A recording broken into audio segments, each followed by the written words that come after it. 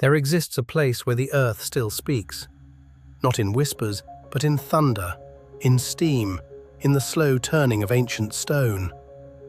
Stretching across the high plateaus of Wyoming and reaching into Montana and Idaho, Yellowstone is nature's masterpiece, written in fire and water over the course of 2 million years.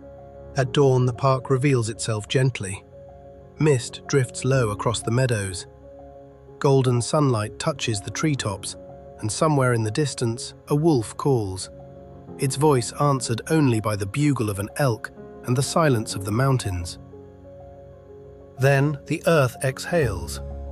Old Faithful erupts in a towering column of superheated water, rising over 100 feet into the cold morning air.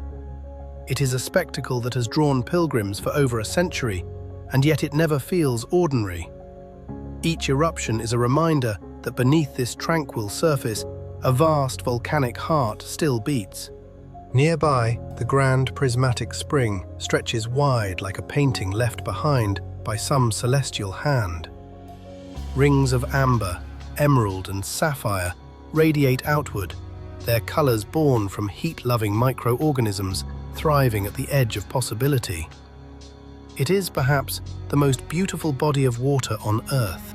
But Yellowstone's grandeur is not confined to its thermal wonders. The Grand Canyon of the Yellowstone carves deep into the plateau, its walls streaked with gold, red, and ochre. At its heart, the lower falls plunges 300 feet into the gorge, a cascade of raw elemental power framed by rock that glows as though lit from within. This is also a land of creatures.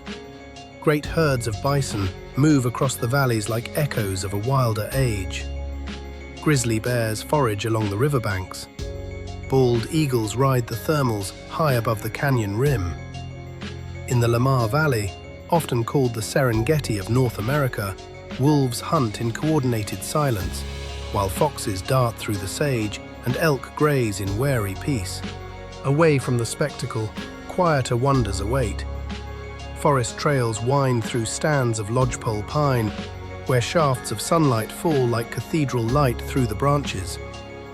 Here the only sound is birdsong and the soft crunch of earth beneath your feet.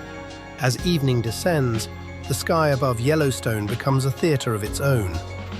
The Milky Way arches overhead in brilliant clarity, undiminished by the lights of civilization. And when winter arrives, the park transforms entirely.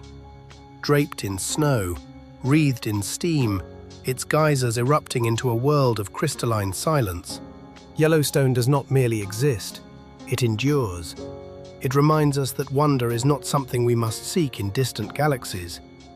It is here, ancient, alive, and waiting.